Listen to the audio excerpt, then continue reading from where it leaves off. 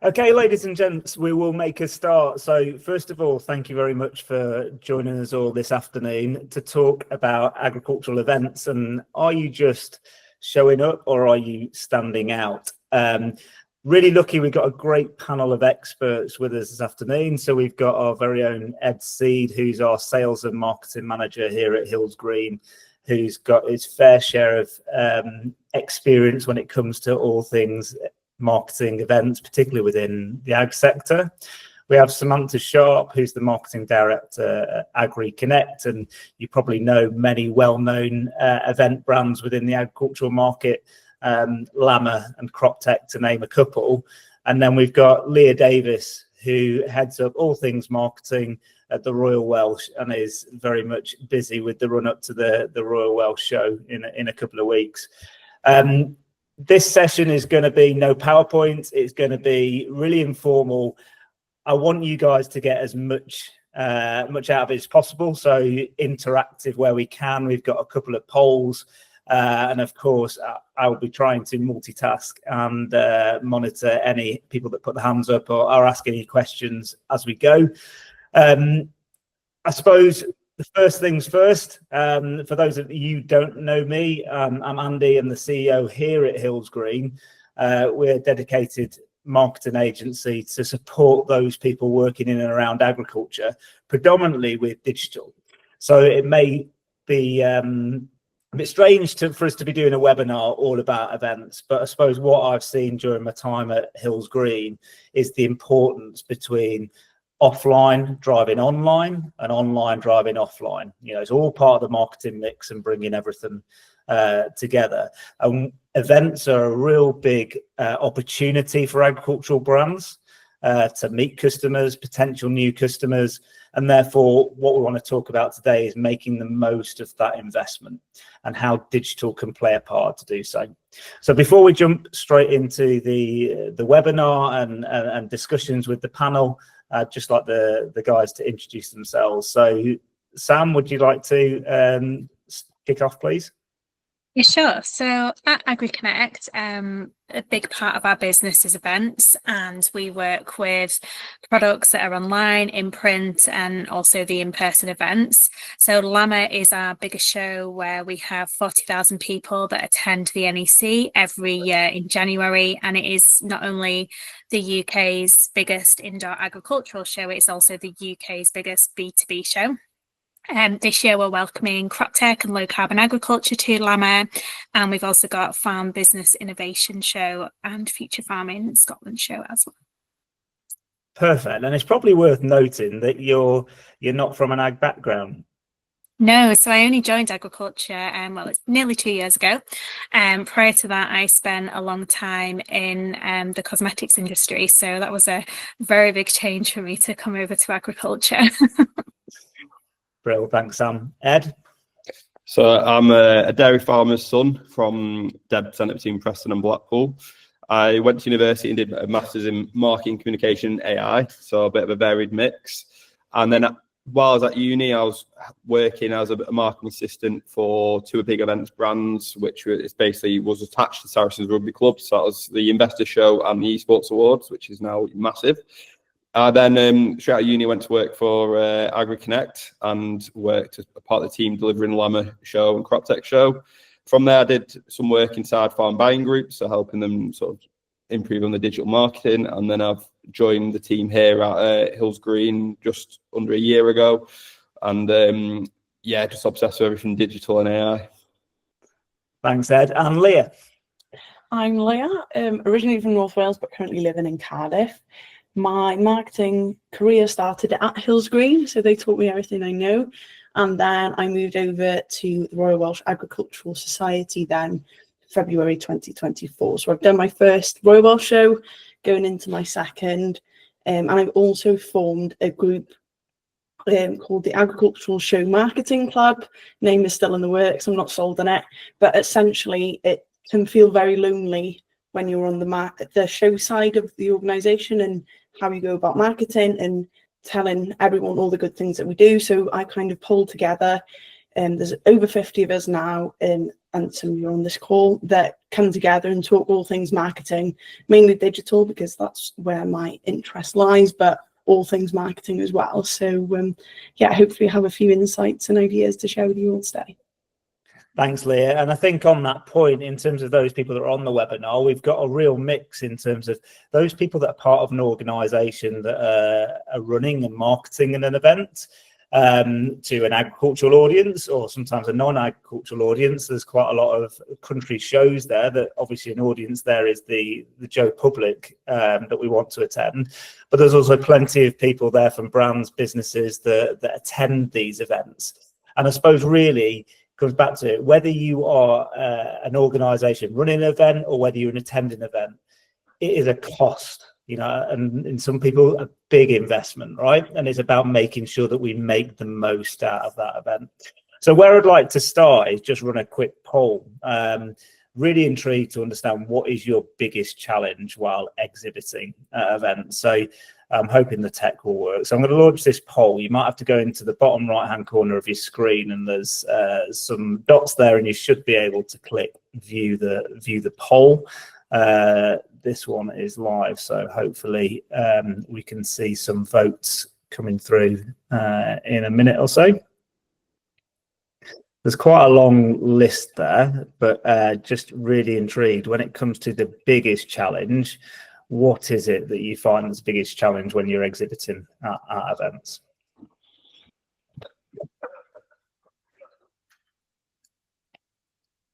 Okay, there's still some votes coming in. A little bit of a spread, but I think the two biggest ones there is measuring the return on investment and actually generating quality leads, followed by justifying the cost of exhibitions. Okay, all good.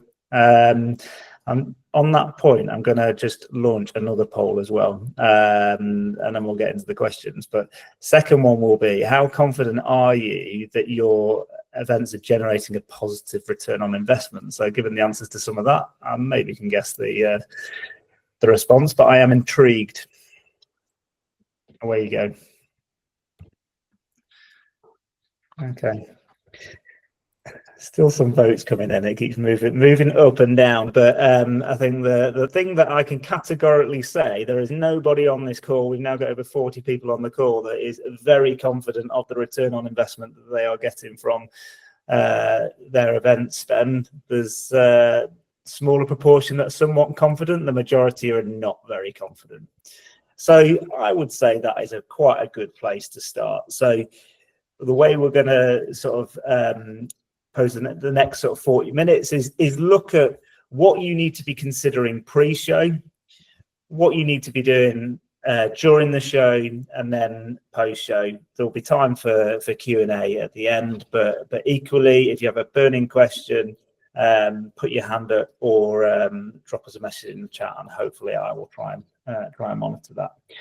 But let's start off with pre-show, and based on those results there, in terms of what should we be doing before we even spend a single pound going to an event. And I'm going to come to you, Sam, first of all.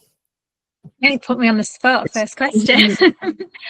So I think before we even consider events, we need to map out what our return on investment is going to look like. I think that when people don't feel confident they get a return on investment at an event, it's generally because they book the stand, they rock up, they don't put the time in prior to the event to really see what that's going to look like. So I think one of the most important things is make sure you research your event, ask all the questions to the event. Is this the right show for you? Does it meet with your business goals? Are you going to meet the kind of people that you need to meet your objectives? And how are you going to collect that data and make sure that you continue to speak to them people post-show? Because again, that's a really important part of the process, is making sure that you've mapped out that full journey before you even get to the show. Perfect. Ed, would you like to add on to that? I think before you even get to that point, you need to understand what are your plans for the year. What is in your marketing plan? What are your areas you're looking at? Is it certain areas for growth on a county level, on a regional level, or on a national level? And then you really go from there. And then it's about working backwards from that main goal. So if your goal is to double revenue for that year, it's then right, what can I do that? Which shows are going to actually support me in doing that? So if it's to grow a dairy product, you're not going to go and exhibit at cereals. It's about really being tactical with not just going out to try and figure out, right, what show is going to give me the biggest coverage. It's about, right, which shows are going to give me access to speak to the people I actually want to, if that makes sense. Yeah, completely. You touched on it in terms of, before we even just turn it up a show, look at the marketing plan. What are we trying to achieve as an organization? So when we're putting our marketing plan together, where should exhibitions fit within the sort of marketing funnel? Yeah, definitely. So where do you think they should fit, Ed? Oh, sorry. For me, I think exhibitions fit on so you look at your marketing funnel, you've got awareness, you've got consideration, and then you've got your sort of your lower level. It's that top level. I don't think there's anything, especially offline, which gives you such a massive coverage as an event will. So it's about hitting the farms in that awareness and that consideration piece. You can almost do those two things at an event, and it's about understanding how you're going to first garner that awareness, what's going to make you stand out next to 100 different exhibitions, and also how you're going to turn that interest into consideration, how you're going to explain to a farmer your value proposition, what's going to bring them to sort of begin communications with you. Perfect. Leah, obviously the Royal Welsh is a different type of show. It's almost covering those two different audiences. So what do you recommend to those people that are exhibiting at your show that they should be doing prior to a show? I think just adding to what Sam and Ed have said, really, about, defining what does success look like. And I think from an in-house marketing team perspective, thinking, how can you make the best use of that time? Is it getting to know your customers? Is it creating content and really planning that out to maximize the efficiency of having that opportunity with your customers? I think it's a really good chance to talk to your customers and get to know them and have those informal conversations. And when we go out as a society to events like the NSA and things, you get that direct and informal conversation, and you can learn a lot from that. So defining what success looks like, even if it isn't, the direct sales or anything, how can you benefit in your role more than anything, I think. And I suppose what I would add on to that is making sure that the wider team are really aligned with that objective.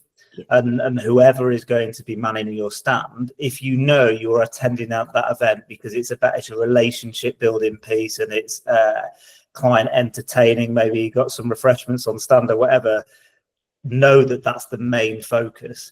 Actually, if it's something where we're looking to have a tangible return and we really want to generate leads from this show, what are we doing to generate leads?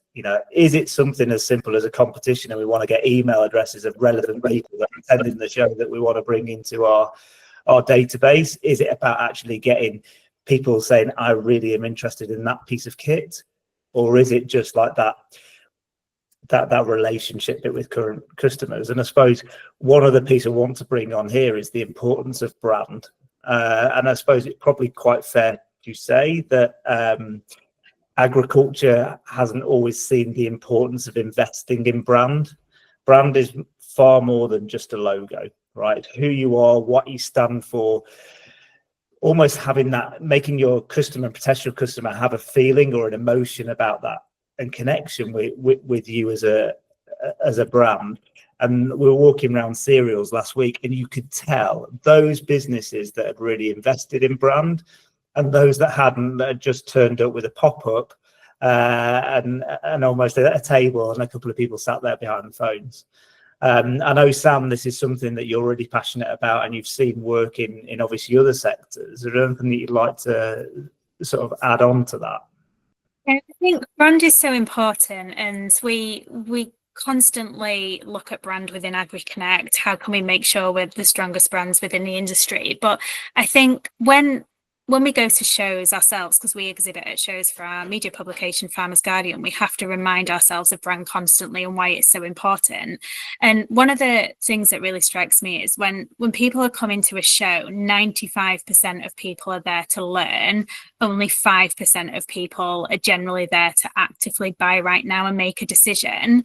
And a lot of time when you're exhibiting, it's really easy just to go to the people that you know want to buy and prioritize them. But from a brand perspective, we want those 95% of people that are learning to fall in love with that brand, because it might be that they come to a trade show and they see you at year one and they're not ready to buy. They come and see you at year two, but with that consistency of brand, eventually by the time they get to year three, that's when they're ready to talk to you, to commit to you and make that purchase. If you don't have the strong brand around it, the strong customer service around it, you're never going to get to that stage where they consider you as a brand that they want to interact with. So being present as a brand and having a really strong brand strategy is going to kind of help you in the long term with them customers who are just learning. Perfect. So we've looked at what our overarching marketing plan or strategy is for the year. We're really clear on the objectives. We've looked at what shows might be applicable to achieve those objectives and where our audience is going to go. We've negotiated with AgriConnect and got a really good deal on a stand at LAMMA. What do we do next? So next it's preparing yourself. So how do you pre-market yourself before you get to that show? So the majority of people that walk through the door will already have made the decision of who they want to see, what they want to do by the time they get there, especially when you have like your larger shows like the Royal Welsh and LAMMA. It's a full day out. You only have so much time when you're there, so you really need to map out them important touch points that you want to visit throughout the show. So the importance of pre-marketing before you get to the show is critical to succeeding. And a lot of people will kind of go with, okay, I'm going to turn up, I'm going to generate as many leads as I can, and then I'm going to focus on marketing post-show. But really, if you want to find them kind of key buyers, you need to have that full strategy mapped out before you even get there, and look at potentially digital marketing to retarget people who are visiting the show website. Who do you think is going to be in front of you at that show, and have specific campaigns to be able to raise awareness of the fact that you are going to be there. And you can also work with organisers as well. There's a lot of people that don't reach out to us, and they don't want to shout about the fact that they're there because they feel like it takes a lot of time to pull all that information together. But by working with your organizer or with your marketing company, you can build a really strong strategy to kind of break through the noise and really get in front of people. Perfect. And Sam mentions digital there, Ed. So from a digital perspective, what can you be doing to pre-show to make the most of it when you get to the show? I think on a tactical level, it's you can do a lot around digital channels. So whether that's a geo targeted location paid ads campaign, whether that's paid social, or you're doing some paid search ads on people searching for exhibits on the event, and even organic social. But one thing which I see a lot of people completely forget to do is actually email your customer database. Email them, letting them know you're going to be at the event and what stand you're at. And the most important reason is, the most important thing you need to do is tell them why they should come to your stand.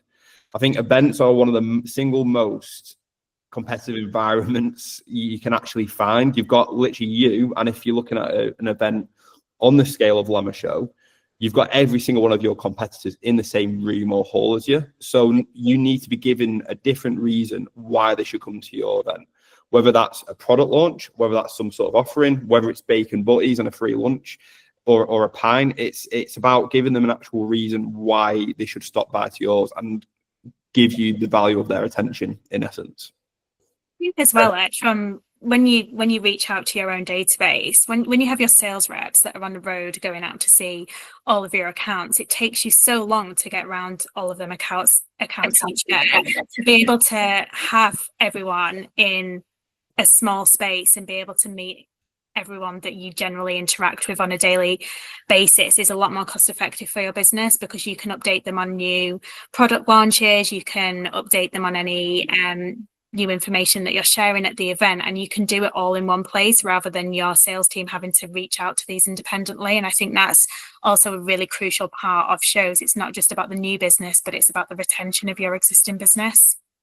And I think adding that, if you're starting to get a busy stand, it's like a busy restaurant, isn't it? It attracts people. So if you've got those current customers that are on there for the bacon butty or a drink or a natter, and then, like you say, rather than going down 10 farm drives, we can have a 40-minute conversation with 10 different farmers on the stand. The value that each of those people will get through that conversation be far greater, because than just the sort of the chat with the salesman at the farm. Leah, what would you say from a content perspective and maybe like organic social perspective that you should be doing, prior to a show?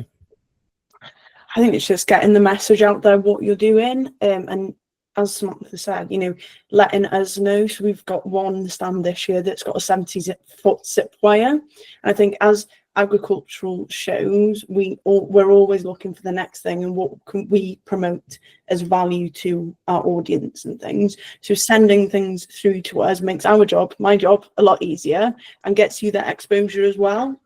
And I think also, with organic social and things, you're competing for that person's attention once they come onto the showground. We have so many things going on. As Sam said, there's loads of things that they can do. So you need to make sure that you're on top of mind of, oh my gosh, I really need to go and see that stand because they've got this, and this on. It's also a good chance to get people to meet some of your team and get a bit of a buzz about who's going to be on your stand. And just creating a bit of buzz, really. And I think also from an agricultural show point of view, anything that you can do to promote your stand before the event, we can push it out. Once we get closer and closer, that's when a lot of people leave it to last minute. And so the sooner that you can get that done and build that excitement and keep building onto it, the more exposure and the more awareness and reach that you can get for your company, really. I think you raise a really important point there, right? Because almost that scenario, we've done the marketing plan, we decided where we're going, we've booked the stand, and then life just happens, doesn't it? And we're really, really busy. And you're like, oh my goodness, how the hell are we at the end of June? We've got Groundswell next week. Had it with a client yesterday. Oh dear, may have said something a little bit different, but what is our plan? What we're going to do? What should we send out to our database? Almost like it can't say it's too late because it's still before the show, but am I right in saying we should be looking 10, 12 weeks prior to an event to actually start warming up your audience that you're going to be there and actually working with the show organisers when you're not in a critical time days before the event to actually leverage that additional exposure that you could get?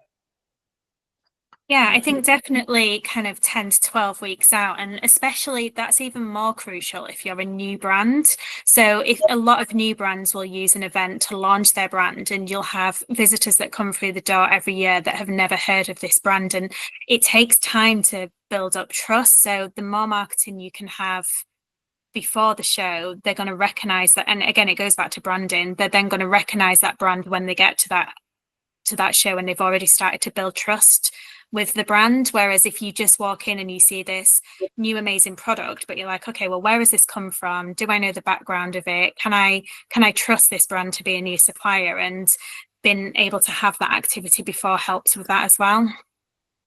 Ed, I believe you've got something that you wanted to add. I think just to add on top of it as well, when you comes to just thinking about coming to the show beforehand, make sure you've got your lead tracking set up. So make sure you've got a form, whether it's an Excel sheet, whether is a form, but make sure it's some sort of, whether it's a scanner, but make sure you got some sort of digital tracking not writing it down on a piece of paper, which is completely different to everything you're writing down to. You're writing down email and name for one person, number and surname for the next person, farm name and address on it for another. Make sure you've got a standardized way of collecting those leads, finding out information about them, and then it's setting you up perfectly for after the show for that email sequence. Perfect. And I think I completely agree with everything that you've just said, Ed. I think there's also this caveat that sometimes when you get on the showground and there's no Wi-Fi signal or no 3G, always have a backup, whether it's a lead capture that you can use offline or whether it is a scanner, or if it has to be that book, but it's about that consistency of data capture, if that is what one of your objectives is for attending that show. A lot of our clients are in that world where they really want to see a direct return from their investment. So 9 times out of 10, we are talking about how many leads are we going to be speaking to, or we want to achieve to generate a return, or how many customers. There's obviously this wider discussion that we've had about brand, but if that is what the objective is. Now, David, I think you're right there, Andy, just to touch on lead scanner. So there's a kind of like people often believe that if the Wi-Fi connection goes down, the lead scanner will not continue to work, but actually the majority of lead scanners will work offline, and then when you reconnect to the Wi-Fi, it will pull all the leads through. So I think even when Wi-Fi connection is a bit iffy, you can still take advantage of being able to capture leads through a lead scanner, as long as you can connect that to Wi-Fi at the end of the day. Perfect. David's posted a question here around, is consistency in attending required, or can you skip events a year even? And how do you compensate for that visibility gap, or do you have to start over again? So I think what I hear from some clients is that almost, oh, we've always attended that show. You know, like if we drop out, what is the impact that's going to have on the brand, and almost like we're going to have negative repercussions that clients and potential clients are saying, well, they don't attend anymore, they don't see the value, they don't care. Maybe. Sam, what's your view on that? I think consistency is important, and obviously it depends on which show you exhibit at. So if you have a larger stand, for example, at LAMMA, you would struggle to get that space again if you dropped out, because it's such a busy show. And I think, again, it goes back to having that constant presence in the market, and whether that's, do people start to talk, okay, can people, is this exhibitor not at the show because they can't afford to be here? Can we trust them with investing our money into their brand? Is it that they just forget you exist and they're going to the show to purchase something, and they're going to purchase from whatever exhibitor they find at the show, and there's missed opportunity there? Or another thing that you've already touched on, Andy, is, does that brand not care about us as customers enough to be there and speak to us and be involved with our business and find out what we have to say? So consistency is very, very key to success. And then you've also got, again, what we've touched on previously, if you've got that new customer, the first year they see you, they might be learning, looking, investigating. The second year, they're starting to trust you more as an exhibitor, and the third year, they're potentially there to make a purchase. So consistency does really need to be there for all brands. Perfect. And I think, Leah, it's probably worth bringing you in on this, because you've got a show where you've got a waiting list. Yeah.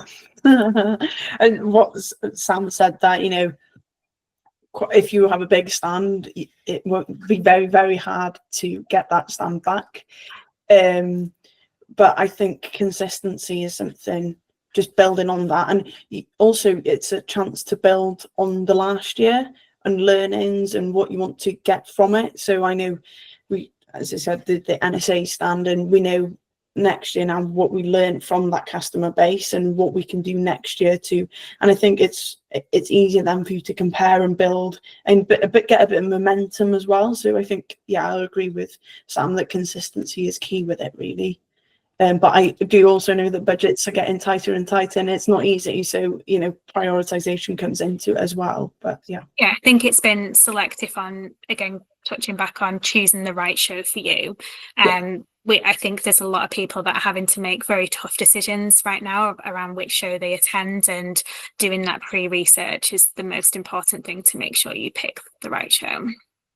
Yeah, and I think that was just a point I was going to add on, is almost like we've had clients where they may have been doing 10, 15 shows a year, but actually help them get clearer in terms of what are the objectives of why they're attending. And then they've started to look at actually which ones are meeting that objective or really supporting me on that objective, and maybe trim them down, but maybe gone for a bigger stand.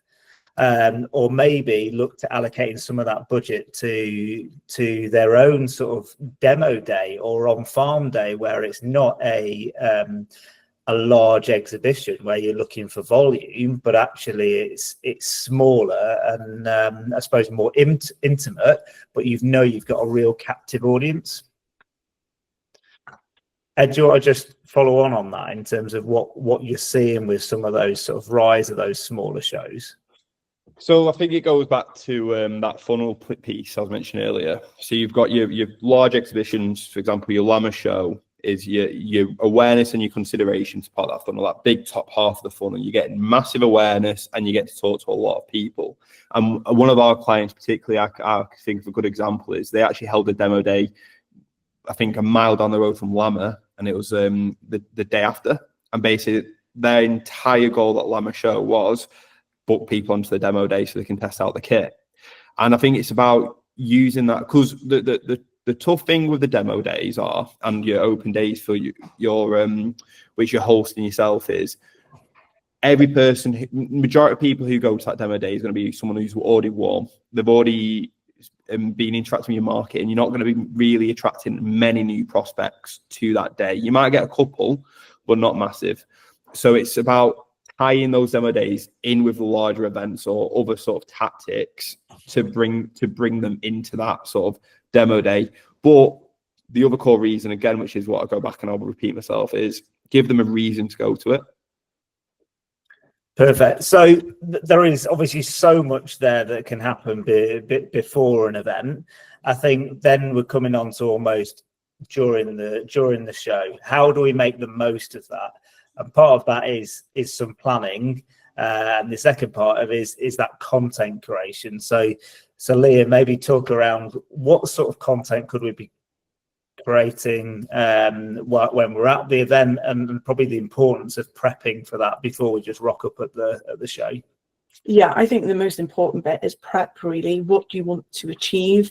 Who have you got there? So if you've got your sales rep or your product specialists, we've got an ambassador that we use quite a bit, what's interesting, and then try and get everything as organized as possible. I'm a spreadsheet girl through and through, so I'll have a column for my caption, a column for the content, and then an inspiration one as well, and making sure that you've got the shot lists and things clear, because essentially it is a brilliant content studio for 4 days where you've got all your customers, where you could get your testimonials, you can do some trending videos if you've got a younger demographic as an audience, but trying to use that time as efficiently as possible, really.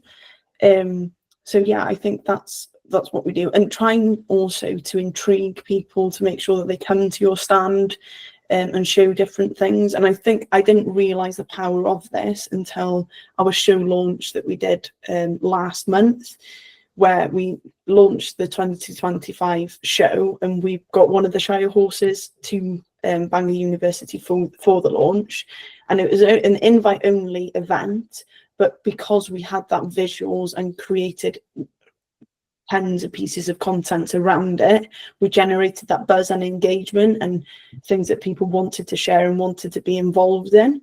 So I think the power of creating interesting content, but essentially you do need to just plan it and make sure that you've got a structure of what you want to achieve, and then execute it once you're on the ground, really. Good. And I think there's a question that's just come in that follows on from that, in terms of what is the best way to get people to come to that stand, especially if you haven't done much pre-marketing. The example here, is it a competition? Is that something that really draws attention? And I suppose Leah and Sam are going to come to you on this, because you're running these events, you're seeing almost the strategies that various exhibitors are deploying to try and get people to come to their stand and stand out for their competition and get a busy stand. What are we really seeing that works, Sam?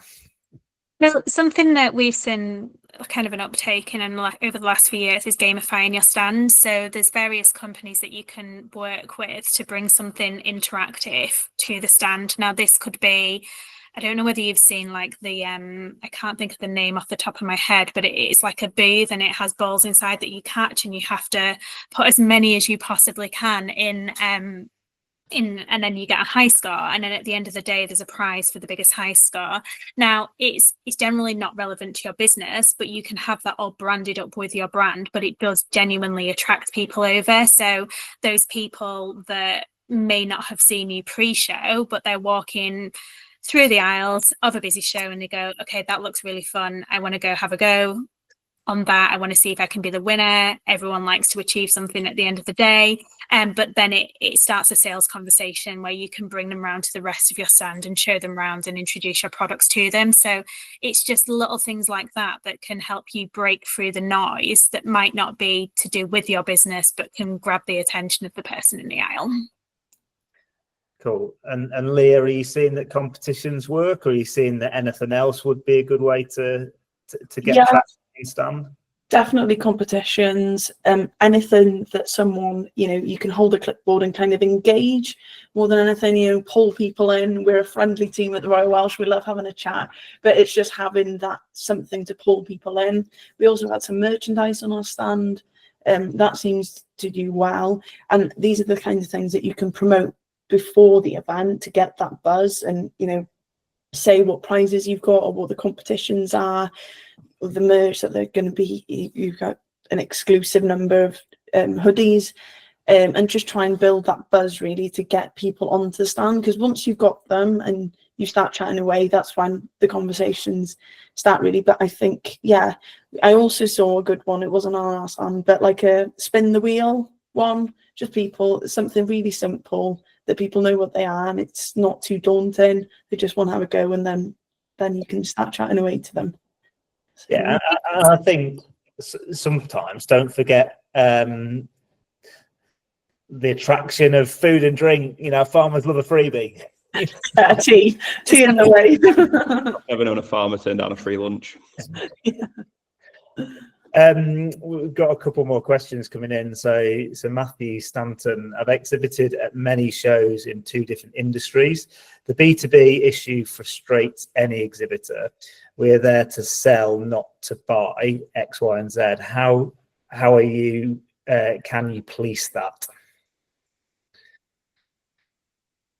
I think it's always a very difficult one. The people will attend the show to come and sell, and I think that's again the importance of your lead scanners, because you can qualify the people that you're speaking to, and if it's not relevant to you at that moment in time, you can then move them away and move on to the next person. And I think by lead qualifying, that is a way to kind of separate out, okay, who's a priority person to speak to, who's someone that I can say, okay, leave me a business card, and I will contact you after the event. Perfect. And I think Anne Carter's just talked about, like, some competitions interactions can maybe attract the wrong crowd, similar sort of thing, but in terms of school groups, and therefore you're giving away stuff to necessarily the wrong audience. I think it is about being really clever with that. I do know a couple of brands that they will give freebies away, but it is a dairy tech and dairy day, and it may be to the young kids, but it's the young kids that's going home to a dairy farm and it's going to sat on the kitchen table, or it's going to be used, and therefore, yes, the young kids might not be the decision maker, but it's there and it's brand awareness for those people that are. So I think it's just being careful, if we're going to do something like competitions in maybe something like the Royal Welsh, where you've got big volume of people and variety of audience in terms of farmers and non-farmers, perhaps we're not going to give this massive prize that's only really going to be relevant to farmers. Perhaps it's something a bit more less in terms of in the cost. Let's not forget though that the kids today are the decision makers of tomorrow. I think a lot of manufacturers do this quite well, where you get that brand awareness with them young. I know there's a lot of manufacturers who battle to get their kit into college, colleges, just because the teams already learning to drive on their loaders and tractors are going to go home and say they're the best thing ever. And it's the exact same as shows. It might look a bit annoying having kids climb over your kit and your new tractor and jumping in the cab, but in 18 years time you never know what they're going to be doing. I think that's a really important point, and we sort of discuss it quite a lot when we're talking about our marketing to farmers data and actually the variety of audience that we're trying to reach. There's a lot of people on farm now that are of an influencer position, and therefore they might not be the person that signs the check when it comes to that new tractor, but the person that drives it and does the feeding or the fert spreading, etc. And therefore they will have an influence when the farm manager or the owner or the farmer is making that purchase. I think there is also another point on this, and I'm going to come to you, Leah, really, and it comes around the objective of why we're at the show, and if there's a real commercial objective in terms of to meet customers or generate new leads. But there is also this wider conversation that we of an industry have a role to play to educate consumers where their food comes from, and get that understanding in schools. You know, like if we start to influence their education and where food comes from and the importance of buying British and eating locally and seasonally, then that is going to help us as a British agricultural industry in the future. Do you see many people coming to the Royal Welsh, Leah, that has that as one of the objectives, or they definitely see the importance of that? From a trades-on perspective, I guess yes would be the answer. I know some, it depends on why they come in, but I know that 67% of the audience that we do have that come as day visitors to the Royal Welsh do not come from an agricultural background. And I think it's a really interesting stat for people to know and, understand that that's the audience sometimes. I think it also comes back to that brand opportunity that you have, that opportunity to talk to people that don't know your product and are asking you questions. And, those are the kind of questions that you need to be targeting then to your top of funnel and trying to get the engagement. So I think, it doesn't matter who you come to your stand. If you think that they're a potential customer, I think you can always learn something from them, even if that you might not be trying to push them down the funnel. I think it's a really good opportunity. And again, to add on to that, it's busy restaurant, isn't it? We want to be friendly, we want to be engaging, we want people to come on the stand, because then that'll attract more. If we sit behind our desk and we're on our phones or on our laptops, people are just going to walk past, and you'll effectively have a negative impact on your brand. We've talked about making the most of that day, producing content, speaking to customers to get testimonials that maybe we could use in future marketing. There's also an element of market research there and really starting to understand that customer and potential customer. Ed, I know you speak to a lot of clients now that, that in terms of those leads, yes, just as much as the phone number and email address is important, but it's actually almost around what's happening in their business and maybe their biggest challenge. Yeah, like I think the example we actually posted on our LinkedIn and one of our car chats, Andy, was the client who they gave away free bacon butties, and all they asked was your email, your phone number, and what's your biggest challenge on farm. And it changed it, and the benefit of that does, so in your post-show follow-up, it changes it from a hi, how's it going? We spoke at cereals, like can we help you today? To I understand you're having this problem. I understand you're struggling with low profitability. I understand you're struggling with labor costs, and it just makes it a lot more of a prescribed and detailed and relevant sell, rather than just a blanket. Oh, you saw us at cereals, you gave us a number. How can we help you? And it is about just because we're in an age where farmers are getting battered by a lot of communication nowadays, and it's the same in all markets. Everyone's getting battered by a million different adverts a day. If you can do one little thing like that to make your market more relevant post-show, you're instantly going to be in that top 10% of competition, where you're going to be extremely relevant and grabbing that attention a lot more easily. And I think just to add to that, those little nuggets and insights, the more people you speak to, obviously the more trends you can start to see in terms of where are the real challenges and also where are the real opportunities. That's one reason why we do our Marketing to Farmers report each year. But if you can bring that back into your business and we can start having conversations about this is what I'm hearing that's going on in the market, and this is their real challenge. Does your product or service help them in any way to resolve that challenge? If so, let's tell them about that in terms of how it can help. If it doesn't, is there something else that we could be doing or producing to help businesses with that challenge? Because there are still businesses out there that they will argue with me in terms of this is what their audience really thinks. And when I ask them in terms of when's the last time you spoke to them, they often struggle to answer. So the more we can start utilizing these events for almost multi-objectives and try and really build that relationship, maybe generate leads and understand that customer more, the better your marketing will perform longer term. Got a few more questions that are just coming through. One for you, Sam. So have you seen any evidence whether farmers prefer digital or print formats as exhibition shows? Are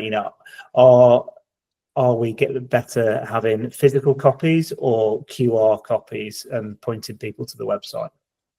I think at this stage, the answer is both. We've got such a generational mix at the moment where we've got the next generation of farmers coming up that are interacting more with digital items, where you've got people that are just so stuck on print that they wouldn't even contemplate scanning a QR code. So I think where we're at the moment, you do need to just have that combination of both, and that way you can feed both demographics rather than focusing on one or the other. Ed? I think since COVID, QR codes have gone a lot more valuable, and I think you've got near enough an entire generation who never use a phone that having to download the NHS app and using QR codes to get into pubs, get into bars, get into restaurants. So I don't think it's an excuse now not to have a QR code. Everyone knows how to use them. Everyone uses them. The only caveat that comes from, though, it's a lot more difficult, not difficult, but it's a lot more effort someone has to put into to go into your stand and grab a flyer, then pull the phone out, grab the camera out, scan the QR code. But it's all going to be down to your audience preference, and audiences are diverse. So it's if you have a lot more of a technical audience, maybe QR codes is the way forward. But if you are going more towards your defender audience who are 50 plus, probably flyers are the way to go. But yeah, I'll echo what Sam says. It's about having that variety. And I think probably what I would just add on to that is, if we are going with QR codes, make sure that we are well briefed on those people on the stands that, right, this is what we want to do. We want to get people to be using the QR code. I mean, I can think of my dad on a stand at Dairy Tech. So dad's 65. He's one of those guys that's probably had a smartphone 2 or 3 years, really got used to using it since COVID. He was scanning this QR code because he could win I think it was a drummer teat dip, right? You know, there was a value associated with it, and he was quite happy to fill in his details to know that he was going to get access to that. Meanwhile, the sales rep was having a good chat to him, getting him ice cream and a drink. So he's quite happy to do that. And she was talking him through what he needed to do on the QR code to get that data. And I think if we're recognizing there's a bit more friction to try and use QR codes to get that data, make sure the team are almost overly friendly and prepared to help the customers with that. Leah, there's a point here around agri shows. How important is it to have a branded marquee outside shows? These are a big amount of cost. Which area of a show should you put in the most budget towards? I'll be honest, I don't think it is a necessity. It's a nice to have, but budgets are tight. And I think the content of what you have on your stand, who you've got there, why they're there, if they're briefed well, you know, you can dress up as the marquee with, you know, pop-ups and things like that, which don't have as much cost. But I think priority-wise, I would prioritize budget for any competitions that you're doing, teas and coffees, that engagement piece, because people are going to remember you from what you've got than if you had the logo on your marquee. That's probably my answer to that question. Perfect. And there is another question here around what marketing channels are proven most effective in promoting agricultural exhibitions. X is becoming the less common used platform to get engagement these days. I could not agree more. I suppose the best thing that I could recommend is download our Marketing to Farmers report, and it will give you all the stats and all the information in terms of where you should be putting your message and your brand to drive engagement with that farming audience. So on the follow-up, I'll make sure that we've got a link download for that. What I'm really conscious is we've got 7 minutes before we start to wrap this webinar up, and we haven't talked about post-show. And very honestly, this is pretty much what happens. There is some effort towards the prep. There is the all hands to the pumps during the event, and the effort of getting the marquee up and the staff there and the teas, coffees, whatever. And then we go back to the office and we realize we've got a week's worth of work to do in 2 days, and we forget about the show. I can't remember the stat that I read earlier in the week, but it was a high percentage of people attending exhibitions, whether not just in agriculture, in other sectors, and the follow-up is really, really poor, if not non-existent. So 85%, that is, Andy. There we go. Sam, what do you say? 85% of people don't follow up their leads after a show. Okay, so what should we be doing, Sam, post-show? So I think the main thing is that you need to be quick to get to the people that you've spoken to. So you'll have spent time finding out about their business, fact-finding what their objective for the rest of the year, qualifying them, and then you go home and you think, okay, right, when should I contact these people? You've got to remember that every time you've spoken to someone within that exhibition, they're going to have spoken to 10 other people about the same thing, and quite often it's about the follow-up afterwards that helps them make that decision, not the discussions that they had at the show. So you should always aim to follow up within 24 to 48 hours of a show to make sure you're always at the forefront of that customer's mind. But then you need to build a marketing funnel post-show where you can have a stream of communication that continues. Even if that person says, look, I spoke to you at the show, I'm not interested in your brand at this moment in time, you have to have that consistency of keeping that regular contact with them post-show, so that when they change their minds later on and they're actively looking for a new brand again, that you're the first point of contact and the first company they think of post-show. So, I mean, probably over to Ed now, because I know Ed's got loads of examples of post-show campaigns that you've run for clients. So it'd be good to kind of look, I think, at some examples of them. I think if there's one thing you're going to do, it's do any automated email sequence. And so that's literally could be 2 or 3 stages where it's the first emails, welcome to our mailing list. You spoke to us at this show. Here's what you can expect from being in here. Here's the next steps if you want to take it. So that's probably get in touch with a sales team, see a dealer, book a demo, anything like that. And then the second stage of that sequence needs to be the evidence of your product or service, case studies, testimonials. You really need to get early on, after you've collected that data or that information or that prospect data. You need to really have them to understand what is your value and the evidence of that value. Not just saying to them, we do X and Y and Z for farmers. Have a farmer tell them what they've done for them, and it's a lot more relatable. And that third stage really needs to be a powerful sales message of, here's a proposition, you trust us, here's what we're doing, this is what you need to do next. But alongside that, there's a lot more you can do alongside paid ads. So definitely paid social. You can do a lot of geo-targeting again, or retargeting. So if you've got a big list of prospects you've collected at the show, you can actually retarget them through Facebook. And the exact same thing with geo. So there's people with a certain interest are in an area that would have attended the event. You can retarget them, whether that's you might have missed us. Here's information you need, stuff like that. And the key thing as well is, and like Sam said, the clients I know that do events well are on their sales team to follow up. Within 24 hours, it's what have you done? What's the process of this? Make sure you are actually ringing them and making some touch point. And if you don't get in touch, that's where the email sequence does come in as a backup. And I suppose there's a couple of things that I'm hearing from that. When we're looking at automated email sequence, all of that can be prepped prior to the show. And the second part is the importance of a CRM, because we haven't even touched on that subject yet. Yeah, CRM is probably the most powerful tool inside marketing if you use it correctly. And it just means that if you, so say you're on a show and say you do what we advise of collecting some extra information alongside the email and number, so key problems, you can then filter each of those prospects by their problems and send them a personal email, or like personalized email, focus around that problem. So rather than sending a broad sort of automated sequence, you are then also sending them a really relevant automated sequence which has been set up in a few different ways.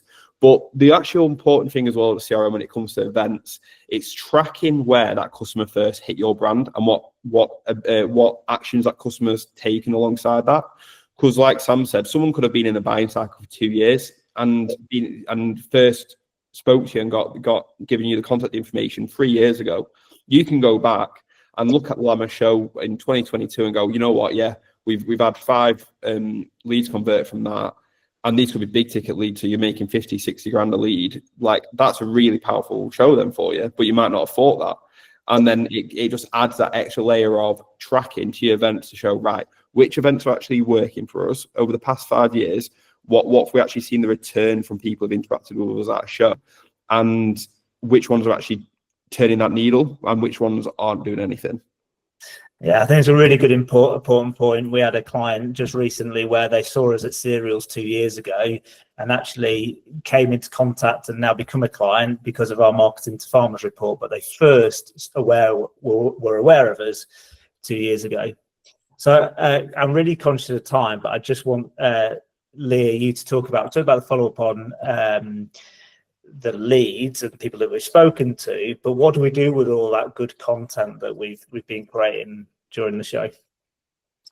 Just repurpose it and continue using it and just keeping that momentum and that top of mind. So over the 4 days of the Royal Welsh, everyone will be there and they won't be on their phones, unfortunately for me. But after that week, then you can then, we were at the Royal Welsh show, here's some of our customers enjoying any products or so forth. And also that element of nostalgia with things like the Royal Welsh, and people like being part of, the show and looking back, and it is such a big moment in the year. So really, riding that wave with your content, really. Perfect. Right. I'm just going to do rapid fire in terms of before we wrap up. Really thank you for everybody that's attended today. We've had record numbers, and thanks for your participation. But if there's one piece of advice or one big lesson that you guys have learned through marketing the events, working with exhibitors, what's the one piece of advice that you would give to those listening? So start with you, Sam. My overall would be just keep it consistent, keep your comms consistent, keep your brand consistent. If you're consistent throughout all of your marketing, it will really give you a great event. Ed? For me, it's about tracking. We're in the era of performance marketing. It's about understanding what's turning the dials, what levers you can pull to increase your awareness, your conversion, and your lead generation. So it's about understanding, and that's the CRM piece of understanding what this event is actually doing for me. And Leah? Just remember how nosy people like to be. They like to know what's going on, what you've got going on different. They like that insight, know who your teams are, what products are new. So just keep that as part of your marketing strategy when you go to events. Perfect. Well, thank you so much. The three of you have taken up time and joined us today. As I said, thank you everybody that's logged on. It really is appreciative. I hope you've all taken some value from today's session and going to be maybe looking at your events and marketing of the events slightly differently moving forward. I'm conscious there is still so much we could have talked about. So if you've got a burning question, you'd like to know more, please respond back to Ed's email later and we'll happily discuss that. If you're wanting any support with marketing in general and learning how we can make sure digital really works for you and your brand, definitely give us a shout, and I will make sure that we have a link to the Marketing to Farmers report on the email. All that's left to say is thank you. Have a great afternoon, and we will let you know when we're next running our webinar in July. Thank you very much. Cheers, guys.